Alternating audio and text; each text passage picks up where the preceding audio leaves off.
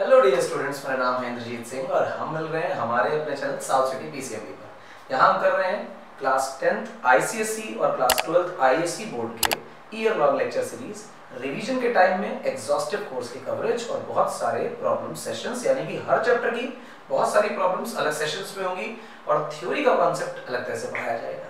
कम से कम टाइम में ज़्यादा से ज़्यादा कोर्स कवर करने का काम हम यहाँ करेंगे आपके साथ। पूरा कोर्स पढ़ाएंगे, बहुत सारी प्रॉब्लम्स आपके उसमें हम कराएंगे।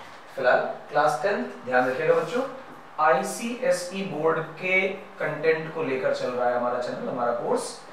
ये सीबीएसई एनसीईआरटी का कोर्स नहीं है।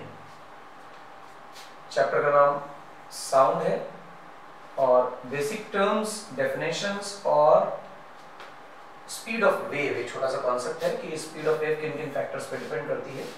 ऐसा करके कुछ कुछ चीजें हम लोग आज करेंगे। तो सबसे पहले शुरुआत करते हैं कि वेव क्या चीज होती है। तो वेव क्या है उसे समझने के लिए कुछ बेसिक एग्जांपल्स लेने चाहिए। जैसे मान लीजिए कि आपके पास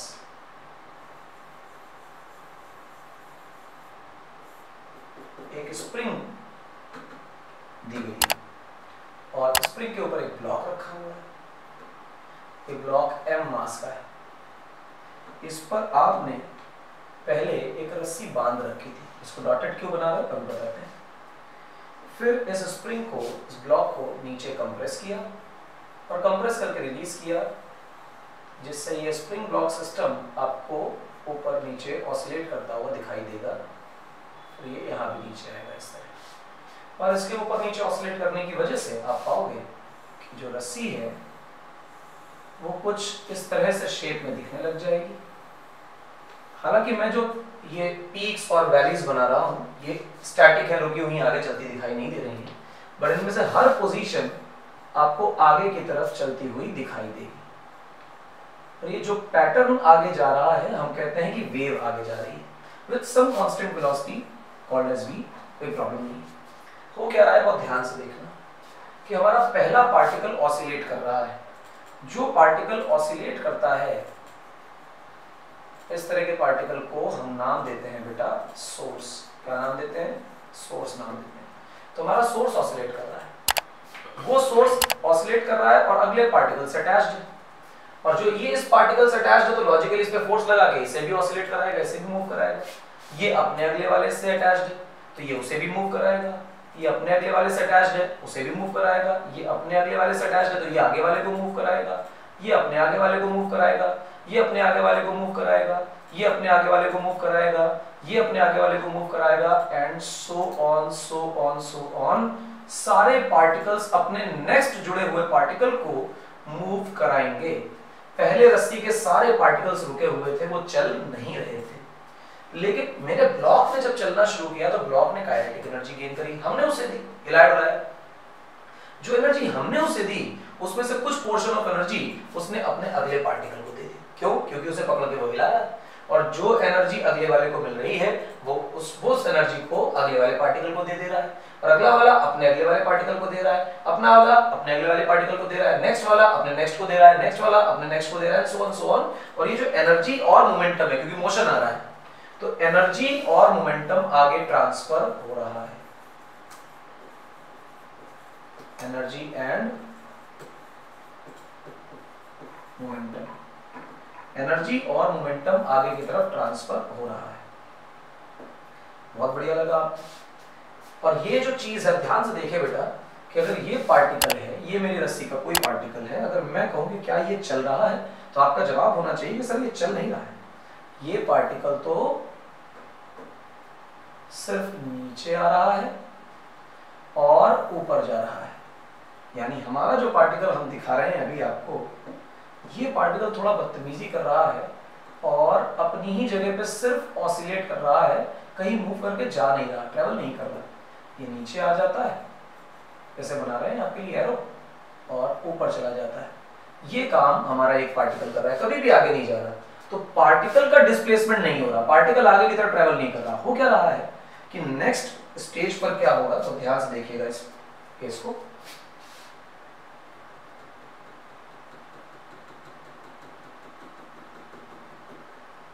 थोड़ा सा मैंने ठीक ठीक नहीं बनाया, इत्मीनान से बना होगा तो आपको अच्छा लगेगा।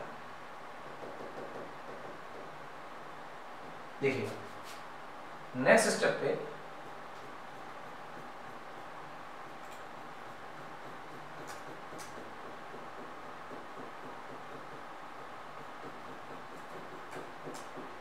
हमारे ये पार्टिकल थोड़ा सा आगे जाके दिखाई देंगे। आप देखें अगला जो स्टेप होगा, अगला जो इंस्टेंट होगा, उसमें ये पीक आगे वाले पार्टिकल पर आ जाएगा, मतलब नेक्स्ट पार्टिकल ऊपर चला जाएगा और ये पार्टिकल थोड़ा सा नीचे आ जाएगा ऐसे।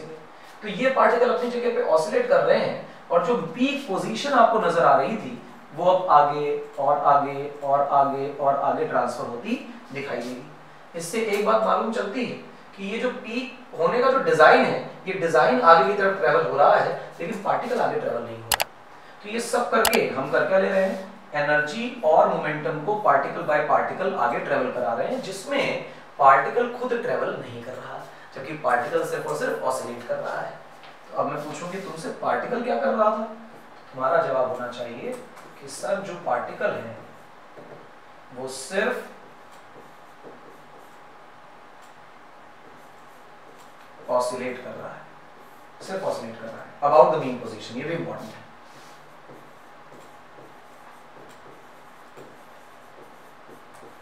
और ऐसी चीज, ऐसा कोई सिस्टम आपके सामने आ जाए कि मीन पोजीशन के अबाउट पार्टिकल ऑसिलेट करें, एक नहीं बहुत सारे लाइन से लगे हैं, और एक पार्टिकल अपने अगले वाले को, एक पार्टिकल अपने अगले वाले को, एक पार्टिकल अपने अगले वाले को एनर्जी और मोमेंटम ट्रांसफर करता जाए, तो इस तरह के एनर्जी और मोमेंटम के ट्रांसफर को कहा जाता है कि वेव ट्रैवल कर रही है।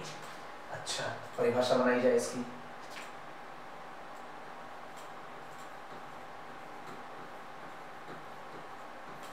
The transfer of energy and momentum, the transfer of energy and momentum from particle to particle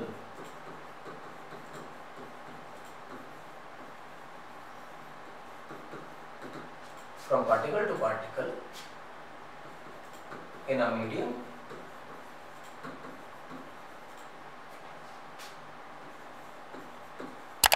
when particles just oscillate about their mean positions। mean position को MP लिख देते हैं,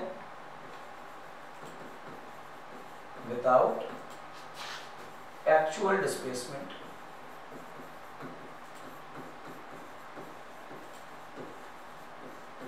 किसी भी सोर्स के रिपीटिंग ऑसिलेशंस की वजह से जो एनर्जी पार्टिकल बाय पार्टिकल आगे जा रही है उसी चीज को हम लोग वेव बोलते हैं। मैंने वही शब्द लिख दिए हैं आपके लिए, कोई बुकिश लैंग्वेज नहीं है।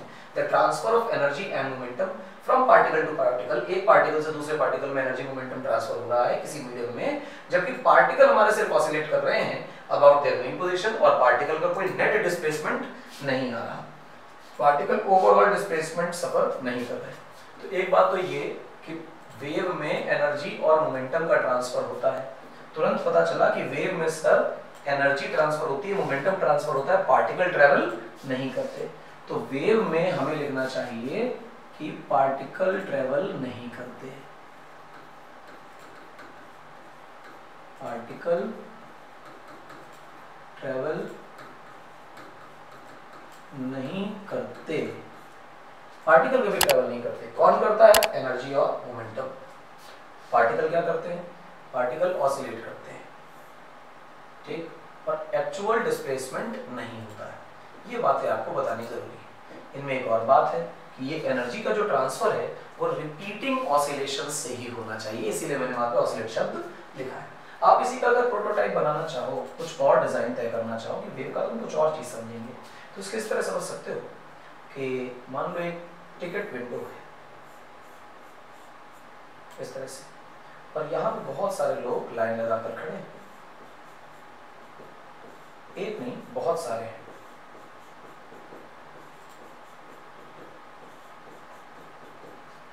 और ये आखिरी वाले को सब्र नहीं हो रहा है कि लंच चल रहा है, मुझे टिकट चाहिए, ये अपने आगे वाले को धक्का देता है, ठीक।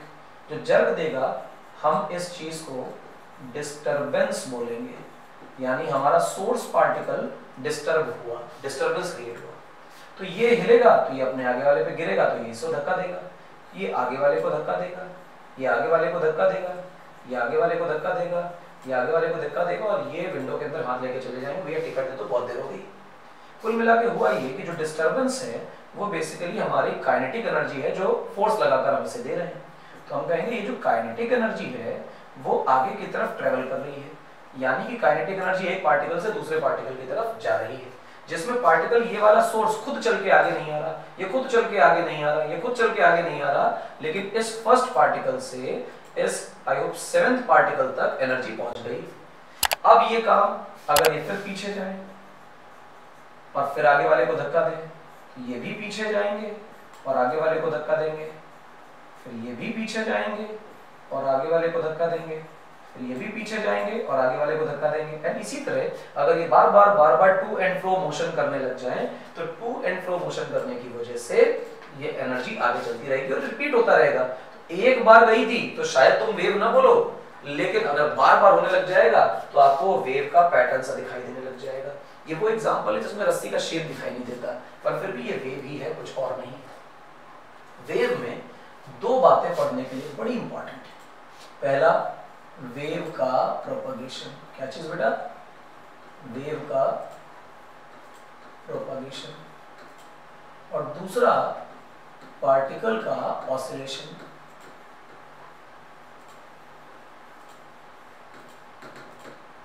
पार्टिकल का ऑसिलेशन।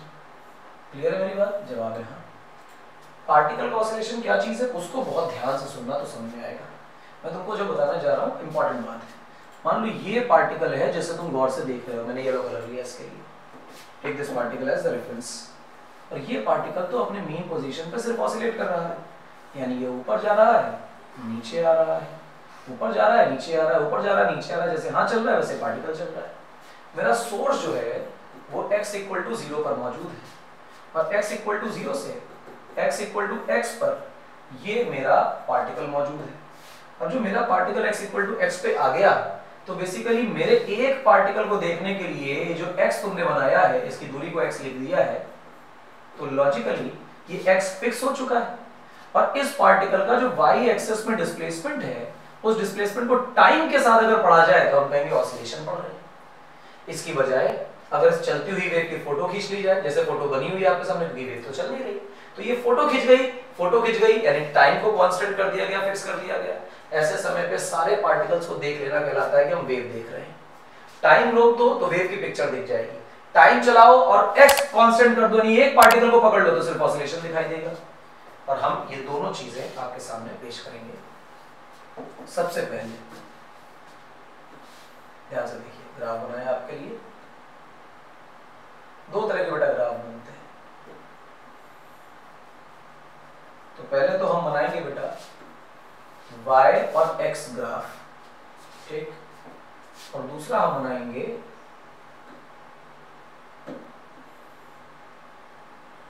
y और t ग्राफ। ध्यान दीजिए, जब x है यहां पर हमने टाइम को फिक्स किया हुआ है, और जब t है तो यहां हमने x को फिक्स किया हुआ है। टाइम को फिक्स करने का मतलब तुमने फोटो खींच ली है, यानी वेव फॉर्म आपको दिखाई देगा या वेव की पिक्चर आपको दिखाई देगी कि शक्ल कैसी है वेव की। x को फिक्स करने का मतलब है कि आपने पोजीशन फिक्स कर दी, यानी एक पार्टिकल को देख रहे हैं और टाइम चल रहा है, तो एक पार्टिकल का चलता हुआ ऑसिलेशन देखा जा रहा है। अच्छा, अब इस y-x ग्राफ को प्लॉट कर लिया जाए। तो जब आप इस ग्राफ को प्लॉट करेंगे तो आपको ये इस तरह का ऑसिलेटिंग टाइप नजर आएगा। ये साइनसॉइडल टाइप का ग्राफ है, इसमें कोई प्रॉब्लम की बात नहीं। दूसरा ग्राफ भी बेटा ऐसा ही नजर आएगा, लेकिन दोनों ग्राफ के इंटरप्रिटेशन में मीनिंग्स अलग अलग होंगे। तो सबसे पहले इस बात को समझते हैं कि ये क्या चीज है। ये जो चीज है, ये जो चीज है, ये जो चीज है, पॉजिटिव साइड में पॉइंट्स दिख रहे हैं, इन्हें क्रेस्ट क्रेस्ट क्रेस्ट या पीक बोला जाता है। ये जो पॉइंट मिल रहे हैं, ये जो बॉटम मोस्ट पॉइंट मिल रहे हैं, इन्हें ट्रो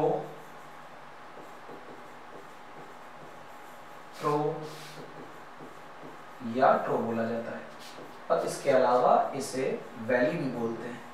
तो कई किताबें लिख के देती हैं, प्रॉब्लम कोई नहीं है। एक पॉजिटिव साइड, एक नेगेटिव साइड, बस इतना ही, इससे ज़्यादा इसका कोई अंतर नहीं है। आप देखें मीन पोजीशन, ध्यान से देखिएगा, ये जो पॉइंट है ये पार्टिकल का मीन पोजीशन है, क्योंकि जब रस्सी रुकेगी तो सीधी हो जाएगी, तो मीन पोजीशन। मीन पोजीशन से मेरे सारे पार्टिकल्स अगर तुम देखोगे तो इतनी ही मैक्सिमम दूरी तक जा पा रहे हैं, दूसरी साइड भी इतनी ही मैक्सिमम दूरी तक जा पा रहे हैं। तो मीन पोजीशन से पार्टिकल के पॉजिटिव साइड या नेगेटिव साइड, दोनों ही साइड में जो मैक्सिमम एम्पलीट्यूड है, मैक्सिमम डिस्प्लेसमेंट है, हम उसे एम्पलीट्यूड बोलते हैं।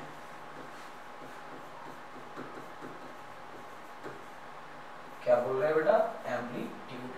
और एम्पलीट्यूड की अगर परिभाषा बनानी हो बेटा तो कैसी बनाओगे, वो भी इंपॉर्टेंट है। तो ये आज का लेक्चर जो है परिभाषाओं से भरा है, सीखनी, ठीक। Maximum displacement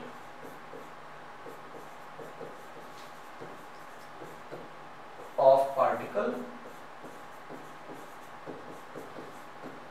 on either side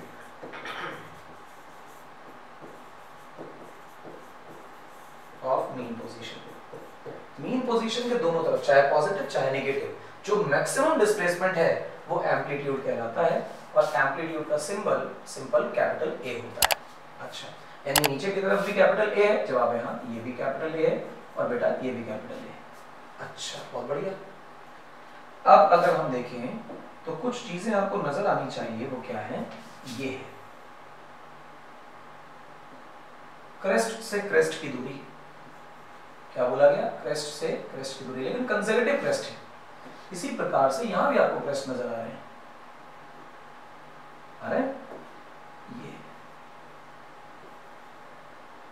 ये भी तो क्रेस्ट से क्रेस्ट की दूरी है, इसे कहा जाता है वेवलेंथ। क्या कहा जाता है बेटा? वेवलेंथ। अब ये वेवलेंथ क्या होती है उसे पकड़ लो फटाफट। वेवलेंथ का मतलब होता है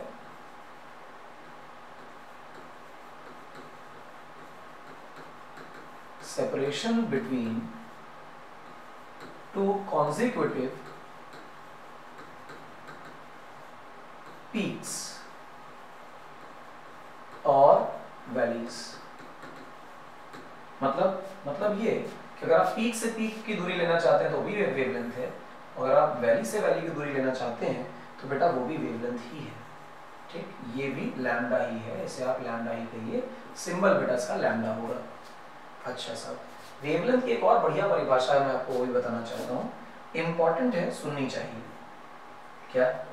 ध्यान से देखें, वेवलेंथ की दूसरी परिभाषा जो ज्यादा एक्यूरेट है और आपको सही बात बताती है, डिस्प्लेसमेंट ऑफ वेव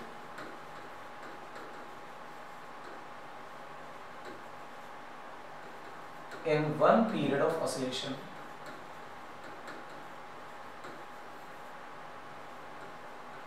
पार्टिकल जितनी देर में एक ऑसिलेशन कंप्लीट करता है उतनी देर में वेव कितना आगे चली जाती है, अगर ये दूरी नाप ली जाए तो वो दूरी कहलाएगी वेवलेंथ। यानी कि वेवलेंथ जो पीक से पीक बनना है वो बेसिकली एक टाइम पीरियड ऑफ ऑसिलेशन के बीच में होता है। ये है इधर की कहानी, ये वेव फॉर्म यानी कि वेव का डिजाइन कैसा है उसकी स्टोरी। अब हम वापस आते हैं अपने पार्टिकल के ऑसिलेशन पे। You have gone through the particle oscillation, बन तो गया ही था ये। तो अगर मैं यहाँ देखूं, यहाँ देखूं, यहाँ देखूं, यहाँ देखूं, मुझसे वो बनाने में छोटा बड़ा बन सकता है, फ्री हैंड से बना रहे हैं, बट आपको एक बात ध्यान रखनी है कि amplitude is same for all. तो अगर ये देखें तो ये चीज फिर से हमारे लिए क्या बन गई बेटा? एम्पलीट्यूड। इंपॉर्टेंट बात क्या है कि आपको अब एम्पलीट्यूड डिफाइन नहीं करना, क्योंकि हम पहले कर चुके हैं। दूसरी बात, अगर इस चीज को डिफाइन करना हो कि क्या है, तो ये बेटा क्रेस्ट है, और ये चीज क्या है बेटा? ये क्रेस्ट है, और ये चीज क्या है बेटा? ये क्रेस्ट है। क्रेस्ट का मतलब होता है एक्सट्रीम पॉइंट। क्या होता है बेटा? एक्सट्रीम पॉइंट, किसी एक तरफ। उसी तरह अगर तुम इसे ट्रू बोल रहे हो या वैली बोल रहे हो तो ये वैली भी बेटा एक्सट्रीम पॉइंट ही होती है, बस ये ऑपोजिट साइड है, तो उसे किसी एक को कुछ नाम दे दिया, किसी एक को कुछ नाम दे दिया, कुछ इस तरह का सिस्टम है इन लोगों का।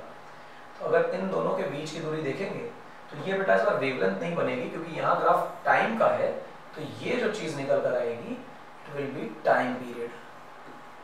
टाइम पीरियड किसका टाइम पीरियड? एक ऑसिलेशन का टाइम पीरियड। किसका टाइम पीरियड? एक ऑसिलेशन का टाइम पीरियड। अब अगर परिभाषा लिखने पर उतारू हो जाओ तो टाइम पीरियड की परिभाषा कैसे बनाओगे? टाइम पीरियड की परिभाषा बनाओगे पीरियड ऑफ टाइम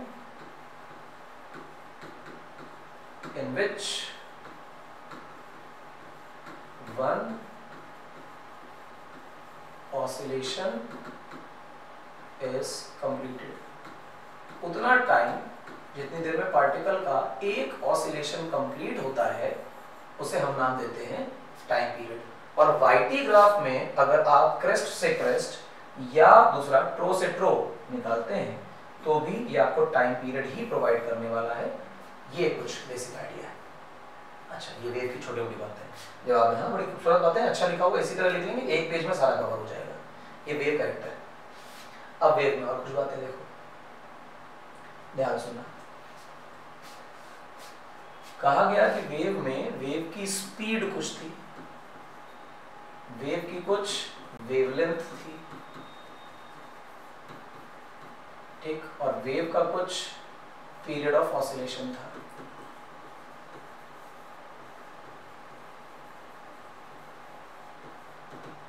ध्यान दे बेटा कि वेव की स्पीड वेव का कैरेक्टर है, वेव की वेवलेंथ वेव का कैरेक्टर है, लेकिन पीरियड ऑफ ऑसिलेशन तो पार्टिकल का कैरेक्टर है, क्योंकि मूव कौन कर रहा है, ऑसिलेट कौन कर रहा है, पार्टिकल। अब वेवलेंथ को डिफाइन करते हुए वो डिस्टेंस मानी गई जितनी डिस्टेंस एक पीरियड में चली जाती है वेव के द्वारा, यानी कि पार्टिकल के ऑसिलेशन और वेव के प्रोपगेशन को इस पीरियड ऑफ ऑसिलेशन से ही जोड़ा गया है। तो इन्हें ही देख लेते हैं क्या है। आपको पता है कि अगर पूरा टाइम पीरियड के बराबर का आपने टाइम ले लिया, दिस इज टाइम पीरियड, तो क्लियर दिखाई देता है कि पार्टिकल डेफिनेशन के हिसाब से वेवलेंथ की कि पार्टिकल कितनी दूरी तय करेगा, आप सीधा सीधा कहेंगे कि सर पार्टिकल लैम्डा दूरी तय करेगा। If you take t as time period as one time, तो फिर लैम्डा दूरी तय करेगा। तो एक सेकंड में पार्टिकल कितनी दूरी चलेगा, तो इफ यू टेक 1 सेकंड तो आप क्या कहेंगे, लैम्डा अपॉन t। एक सेकंड में चली गई दूरी क्या कहलाएगी, स्पीड।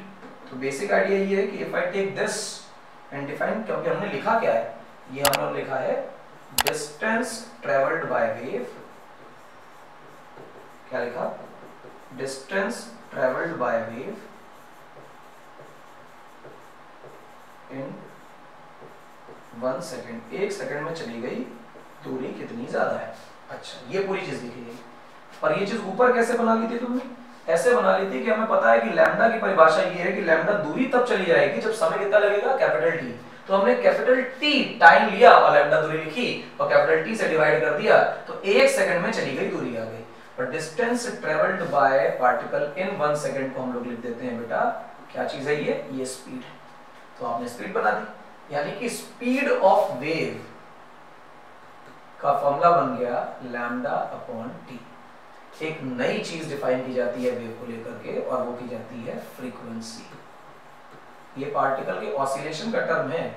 वेव से तो हम पार्टिकल के ऑसिलेशन को जोड़कर देख रहे हैं, इसलिए वेव में जोड़ रहा है, पार्टिकल के ऑसिलेशन की प्रॉपर्टी। वेव की फ्रीक्वेंसी कैसे डिफाइन की जाती है, वेव की फ्रीक्वेंसी डिफाइन करते हैं नंबर ऑफ ऑसिलेशंस पर सेकंड, यानी एक सेकंड में कितने ऑसिलेशंस हो रहे हैं, अगर ये लिख दिया जाए तो वो बन जाएगा कि फ्रीक्वेंसी। अब कैसे समझेंगे, समझना, एक टाइम पीरियड में क्या एक ऑसिलेशन हो रहा था, टाइम पीरियड की परिभाषा यही है यार कि एक ऑसिलेशन होने में कितना टाइम लगा, तो t सेकंड्स में एक ऑसिलेशन।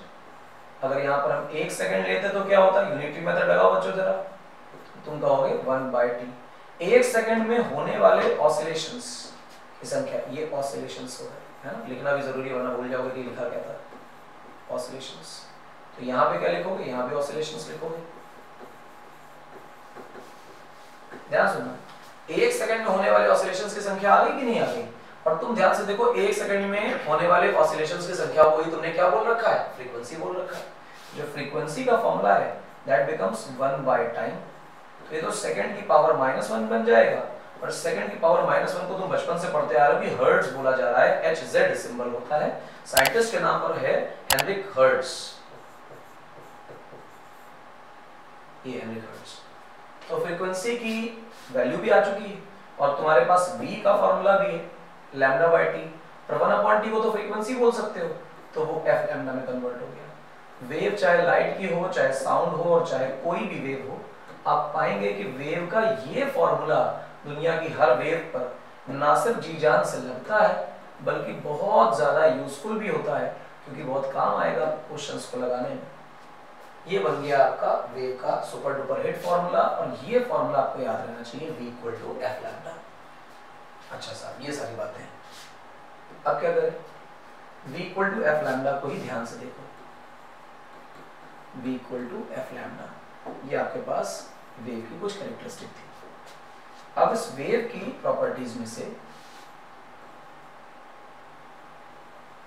ये जो स्पीड है वेव, कोई भी वेव, साउंड है या कोई भी, वेव की स्पीड डिपेंड्स ऑन मीडियम। क्या बोला? Depends on medium. जिस मीडियम में वेव जा रही है वो मीडियम डिसाइड करेगा, वो पार्टिकल्स डिसाइड करेंगे कि वेव कितना तेज जा सकती है। तुमने वेव क्रिएट की, वो तुम्हारे ऊपर डिपेंड करता है। वेव कितना तेज ट्रैवल करेगी, कितनी डिस्टेंस, कितने कम टाइम में ट्रैवल कर जाएगी, ये तुम डिसाइड नहीं कर सकते। ये वो मीडियम, वो चैनल डिसाइड करेगा, जिस चैनल, जिस मीडियम से तुमने सिग्नल को भेजा है। अच्छा, अब अगर फ्रीक्वेंसी के बारे में बात करें तो एक ऑसिलेशन कितनी देर में होगा या कितने ऑसिलेशंस एक सेकंड में होंगे, ये तो सोर्स डिसाइड कर रहा है। रस्सी को पकड़ के तुम हिला रहे हो यार, अगर एक सेकंड में 10 बार हिला पा रहे हो तो 10 ही बार है, मीडियम थोड़ी चेंज करेगा। रस्सी थोड़ी कहेगी कि ऑसिलेट नहीं होना है। तो फ्रीक्वेंसी जो है that depends on source only. जो वेव क्रिएट कर रहा है वो कितनी फ्रीक्वेंसी की वेव क्रिएट कर रहा है, ये सिर्फ उस पे ही डिपेंड करता है। Now let's talk about this wavelength. अब क्योंकि वेवलेंथ नहीं, दोनों को जोड़ रखा है, वेव और पार्टिकल को, तो डिपेंड्स ऑन बोथ। यानी मीडियम के बदलने से जब स्पीड बदलेगी तो वेवलेंथ भी बदलेगी, और सोर्स के बदलने से जब फ्रीक्वेंसी बदलेगी तब भी वेवलेंथ बदलेगा। तो वेवलेंथ तो दोनों पे डिपेंड करता है। तो ये बात खूब जम के पूछी गई है पिछले वर्षों में, इसलिए आप ध्यान दीजिएगा कि आपको ये और आपको ये मालूम होना चाहिए। मालूम है तो सब सही है और नहीं मालूम है तो गड़बड़ है। अच्छा, ये तो इसकी कुछ प्रॉपर्टीज हो गई। अब आता है टाइप्स ऑफ वेव्स, है ना। हम स्पीड पे बाद में आएंगे, तो लिख लेते हैं।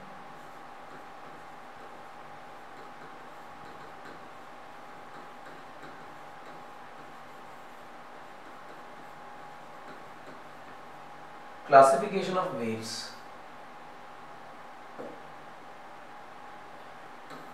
किस तरह का क्लासिफिकेशन है वेव का, वो देखना। वेव कितने टाइप की होती है, तो वेव के कई टाइप्स हैं।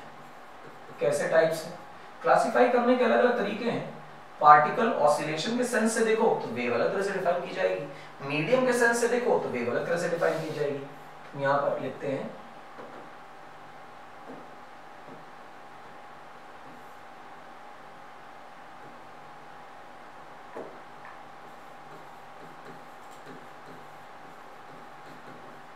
on the basis of particles oscillation.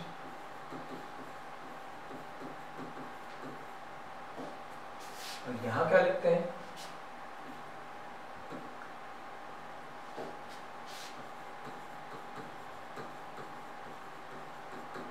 on the basis of medium. दो तरह से हम क्लासिफाई करेंगे। पार्टिकल्स के ऑसिलेशन के हिसाब से वेव का जो कैरेक्टर है वो दो हिसाब से डिफाइन किया जाता है, पार्टिकल के ऑसिलेशन के हिसाब से। पहला लॉन्गिट्यूडिनल वेव्स। कौन सी वेव? Longitudinal waves. और दूसरा ट्रांसवर्सल वेव्स।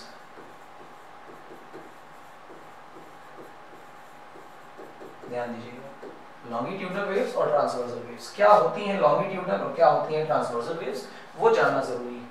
तो मेरे हिसाब से ट्रांसवर्सल और लॉन्गिट्यूडनल पे टूटते हैं। मान लीजिए कि there are some particles in air और सम कुछ भी पार्टिकल होने चाहिए। एयर का एग्जांपल इसलिए क्योंकि एयर में जो साउंड है वो लॉन्गिट्यूडनल ही होती है। हम इस तरफ वेव का प्रोपगेशन मानते हैं कि राइट साइड में वेव का प्रोपगेशन, और हम ये मानते हैं कि जो हमारे पार्टिकल हैं वो जिस डायरेक्शन में वेव ट्रेवल कर रही है उसके अलोंग ही ऑसिलेट कर रहे हैं, यानी all the particles are oscillating on the same line along which the wave is getting propagated, यानी जिस लाइन पर वेव प्रोपगेट कर रही है, चल रही है, उसी लाइन पर हमारे पार्टिकल ऑसिलेट कर रहे हैं। क्या लिख देंगे? प्रोपगेशन ऑफ वेव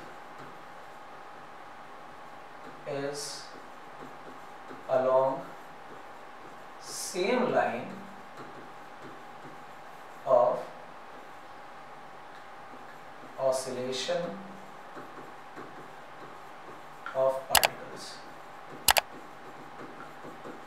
पार्टिकल्स के ऑसिलेशन और वेव का प्रोपगेशन सेम लाइन पे हो तो हम कहेंगे लॉन्गिट्यूडनल वेव्स। ट्रांसवर्सल पे आते हैं तो क्या कहेंगे?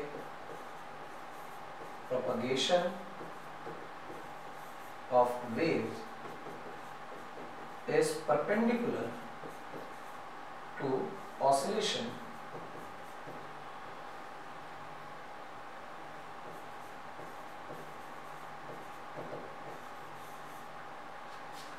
of particles। पार्टिकल्स के ऑसिलेशन के परपेंडिकुलर वेव का प्रोपगेशन है। यहाँ कैसे होगा? यहाँ ऐसे है कि मान लीजिए अपने पार्टिकल से वेव को इस तरफ जाते हुए माना, तो हमारे जो पार्टिकल्स हैं इस वेव के परपेंडिकुलर ऑसिलेट करेंगे। अच्छा, एग्जांपल्स भी तो देने होते हैं, एग्जांपल भी देने चाहिए। जब आप इनका एग्जांपल देंगे तो आप यहाँ पे साउंड वेव का एग्जांपल दे सकते हैं। साउंड वेव्स इन एयर, ये बोल सकते हैं। यहाँ एग्जांपल देंगे तो वेव्स इन स्ट्रिंग दे सकते हैं। जैसे वेव्स एंड स्ट्रिंग का क्या अर्थ हुआ? रस्सी में बनने वाली वेव, जैसा कि हम लोगों ने सबसे पहले किया था। ये तो आप देखिए पार्टिकल का ऑसिलेशन ऊपर नीचे हो रहा है और वेव इनके परपेंडिकुलरली आगे चलती जा रही है, और इस प्रकार से हमें दिखाई दे रहा है कि हाँ, पार्टिकल का ऑसिलेशन वेव का प्रोपगेशन परपेंडिकुलर है। अच्छा, ये तो हो गया, मजा आ गया। एग्जांपल भी आपको एक एक आने चाहिए, तो आपने एक एक एग्जांपल लिख दिया। दूसरी कैटेगरी क्या है बेटा? दूसरी category on the basis of medium. तो we have got two types of waves here also. एक है बेटा मैकेनिकल वेव। कौन है बेटा? Mechanical wave. और दूसरी इसका ठीक उल्टा है, अगर ये मैकेनिकल है तो वो है नॉन मैकेनिकल।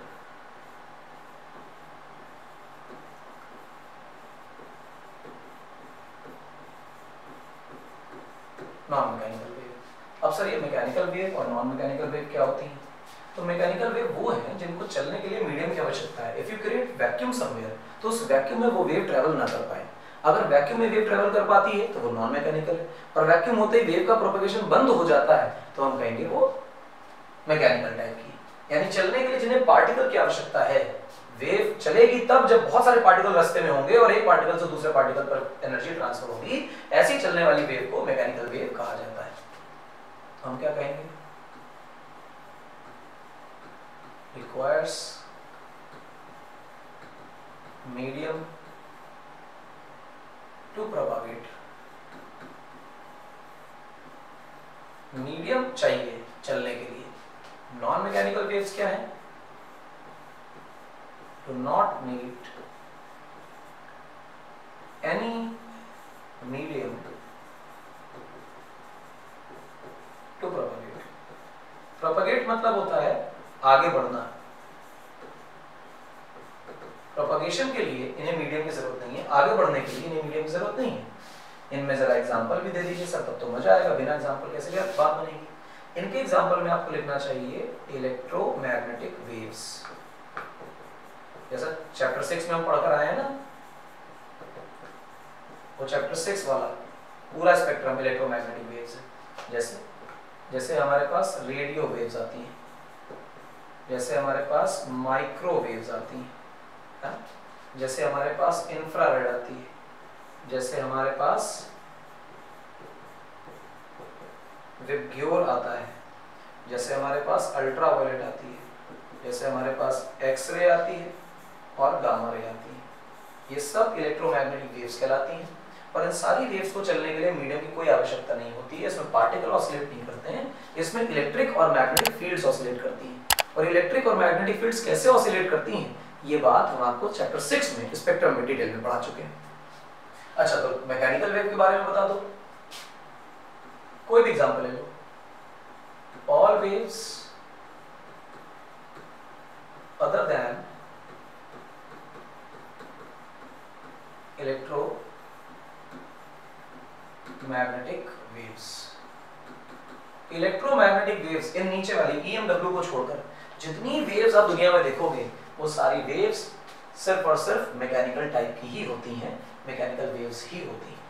तो ये दो कैटेगरीज हम लोगों को पढ़ाई जाती हैं वेव की। तो ये जो क्लासिफिकेशन अभी आपके चार्ट पे बना हुआ है, बोर्ड पे चार्ट बना है, इस चार्ट को ऐसे ही बना लीजिए जैसा हमने बनाया है। लेकिन मानिए एक चार्ट में, फ्लो चार्ट में आपको सारी प्रॉपर्टीज याद हो जाएंगी।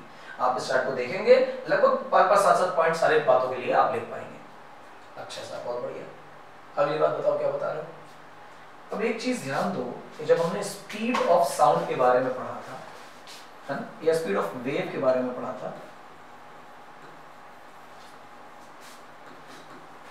तो इसमें हम स्पेसिफिकली साउंड पर उतर आते हैं। ठीक, ध्यान दें, एक तो साउंड वेव्स हो सकती है और दूसरा स्ट्रिंग की वेव्स हो सकती हैं,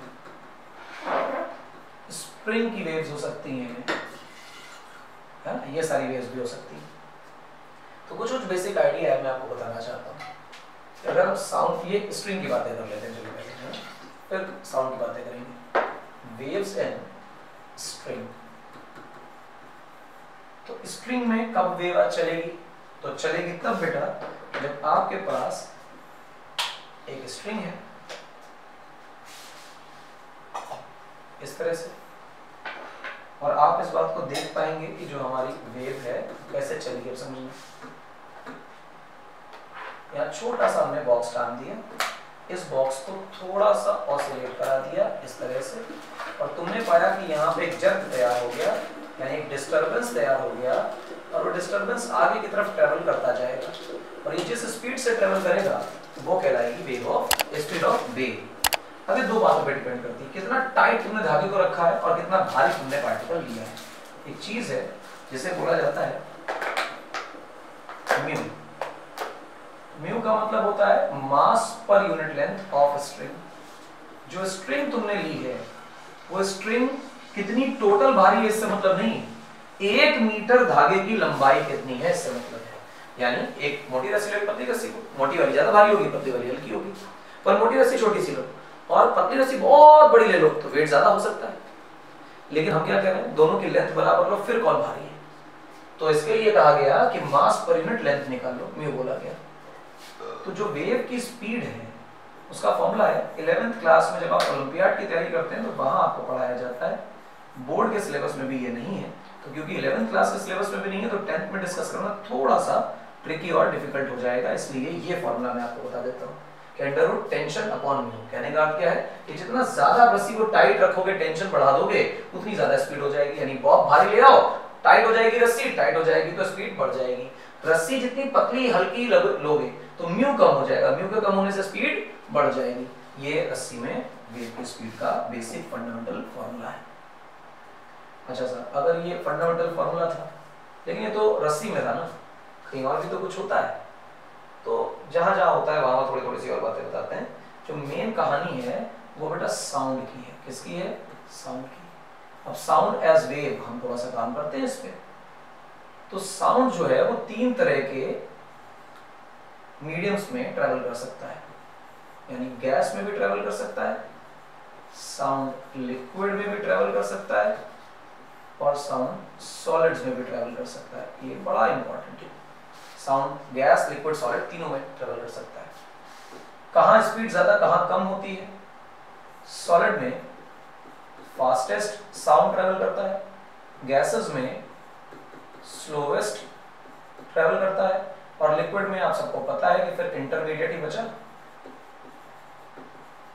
तो आपको दिख रहा है कि अगर मैं किसी भी तरह के साउंड की, चाहे इंफ्रारेड हो, सॉरी चाहे इंफ्रासोनिक हो, चाहे अल्ट्रासोनिक हो, चाहे ऑडिबल साउंड हो, अगर उसकी स्पीड सॉलिड में देखी जाए तो वो सबसे ज्यादा, उसकी स्पीड लिक्विड में देखी जाए तो उससे कम, और अगर गैसेस में देखी जाए तो सबसे कम होती है।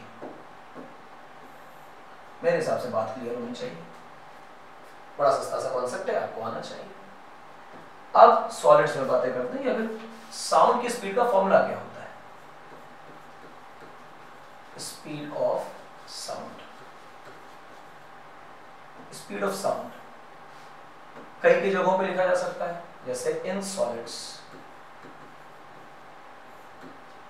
सॉलिड्स में साउंड की स्पीड का एक बड़ा सस्ता फॉर्मूला है, v equal to some Young modulus times d and also v equal to some eta by d। अब सर ये यंग मॉडुलस क्या है, d क्या है और ईटा क्या है? तो समझिए, d का मतलब तो मटेरियल की डेंसिटी से है। डेंसिटी जितनी ज्यादा उतना कम, सॉरी उतनी डेंसिटी कम करो, जितना ये छोटा होगा उतना ज्यादा v बड़ा हो जाएगा। डेंसिटी ज्यादा होने से स्पीड बढ़ेगी, और ईटा और y जो लिखे हैं इनके बढ़ने से भी बढ़ेगी। तो y कौन है? y है बेटा यंग मॉडुलस। क्या है? Young's modulus. और ईटा क्या है बेटा? ये है शेयर मॉडुलस। Shear modulus. ये मॉडुलस ऑर्डुलस क्या लगा रखा है? ये 11th क्लास में इलास्टिसिटी में आता है, मैंने लिख दिया है सिर्फ आपकी जानकारी के लिए, अदरवाइज इसको पढ़ना नहीं है। ये बेसिकली आपको बता क्या रहे हैं? ये बता रहे हैं किसी मटेरियल की इलास्टिक प्रॉपर्टी। क्या बता रहे हैं? Elastic property. यानी अगर कोई मटेरियल ज्यादा इलास्टिक है तो जितनी ज्यादा उसकी इलास्टिक प्रॉपर्टी होगी उतना ज्यादा वो मटेरियल तेज वेव को ट्रैवल कराएगा। जितना कम इलास्टिक मटेरियल होगा वो वेव को उतना धीमे ट्रैवल कराएगा।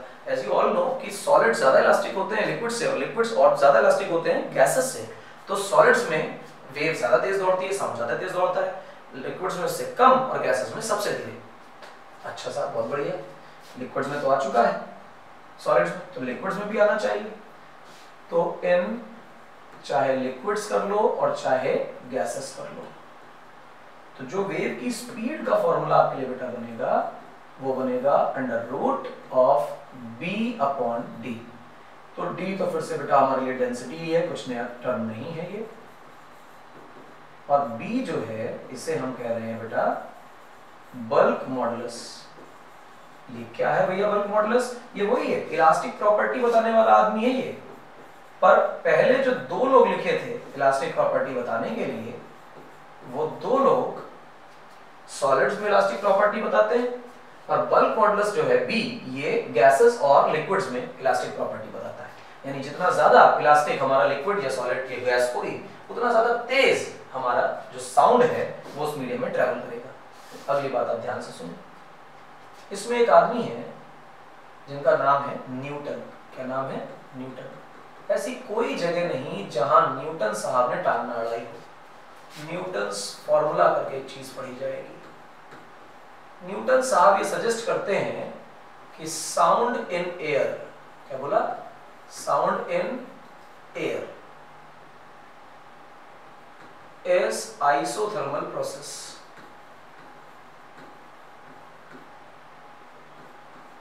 आइसोथर्मल प्रोसेस का मतलब ये है कि साउंड जब एयर में ट्रेवल करता है तो टेम्परेचर में कोई चेंज नहीं आता, एयर के टेम्परेचर में कोई चेंज नहीं आता। अब ये जो बल्क मॉडुलस होता है ना बेटा, ये बड़ा इंपॉर्टेंट खेल है, ये 11th क्लास में डिटेल में आता है। अगर गैसेस के लिए बल्क मॉडुलस डिफाइन कर रहे हैं और आइसोथर्मल प्रोसेस ले लेते हैं तो थर्मोडायनेमिक्स नाम के चैप्टर में पढ़ाया जाता है कि ये वैल्यू एग्जैक्टली प्रेशर के बराबर आ जाती है। We are not heading towards how this is proven in 11th class, हम वो तो करने नहीं वाले हैं, लेकिन हम यहाँ पर सिर्फ ये जानकारी दे रहे हैं कि अगर आइसोथर्मल प्रोसेस को माना जाए तो गैसेस में बल्क मॉडुलस की वैल्यू प्रेशर के बराबर हो जाती है। अगर प्रेशर के बराबर हो जाती है तो हमारा जो फॉर्मूला है वो P बाय D बन जाता है। समझे मेरी बात? तो वेलोसिटी जो है वो डिपेंड्स ऑन डेंसिटी। ये बिल्कुल सत्य बात है, डेंसिटी पे डिपेंड करती है, पर velocity does not depend on अब ये क्यों डिपेंड नहीं करती वो मैं अगले लेक्चर में बताऊंगा, ये बात मैं राज रखूंगा, बस ध्यान रखना कि डेंसिटी पर तो डिपेंड करती है, लेकिन जो स्पीड है साउंड की वो प्रेशर पर डिपेंड नहीं करती। इस फॉर्मूले में प्रेशर का 1 atm वैल्यू डालकर अगर आप डेंसिटी लिखोगे तो ये वैल्यू जो है वो लगभग 280 मीटर्स पर सेकंड के आसपास आती है एट 0 डिग्री सेल्सियस, क्योंकि टेम्परेचर से भी स्पीड में परिवर्तन आता है। लेकिन एक्सपेरिमेंटली ये पाया जाता है कि साउंड की जो स्पीड है 0 डिग्री सेल्सियस एयर में वो 331 मीटर पर सेकंड है, 280 नहीं है। तो न्यूटन का सजेस्ट फॉर्मूला जो है इस कॉन्सेप्ट से जो लेकर वो आए और ये आइसोथर्मल प्रोसेस बताकर डिफाइन कर डाला, तो वो सही करेक्ट रीडिंग नहीं दे रहा, करेक्ट वैल्यू नहीं दे रहा। तो इसका मतलब न्यूटन साहब के फॉर्मूले में कुछ ना कुछ झोल है, कुछ गड़बड़ है। तो यहाँ पे एक नया आदमी आता है, उसका नाम है लाप्लास। शुरुआती दौर में मैथमेटिशियन है, बाद में फिजिक्स में बहुत काम करता है। Laplace correction. लाप्लास न्यूटन के फॉर्मूले में बहुत वर्षों बाद कोई करेक्शन करते हैं। कहते हैं कि न्यूटन साहब जो फॉर्मूला देकर गए हैं उसमें कॉन्सेप्चुअल एरर है। क्या है कॉन्सेप्चुअल एरर? वो कॉन्सेप्चुअल एरर ये है कि उन्होंने माना है कि साउंड का प्रोपेगेशन आइसोथर्मल होता है, जबकि साउंड का प्रोपेगेशन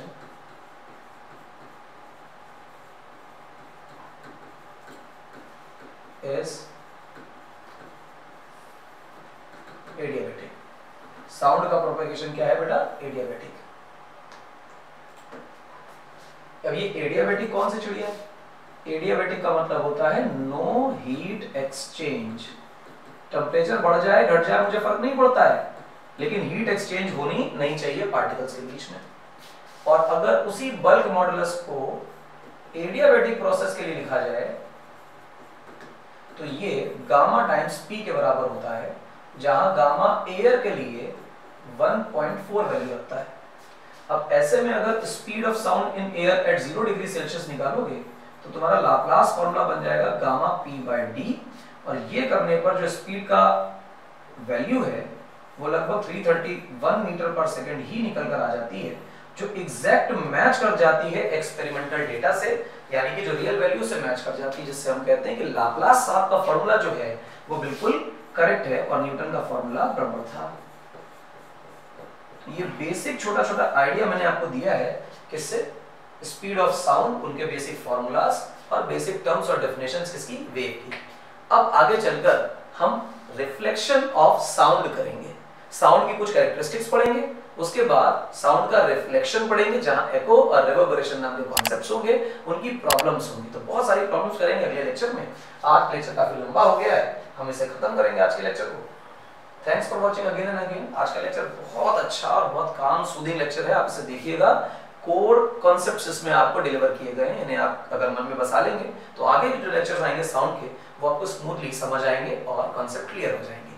तो मिलेंगे बच्चों अगले लेक्चर में एको के साथ, कैरेक्टरिस्टिक्स ऑफ साउंड्स के साथ, उसके बाद हम करेंगे एको के प्रॉब्लम्स। टिल देन हमें फॉलो करते रहिए और मिलेंगे अगले लेक्चर में।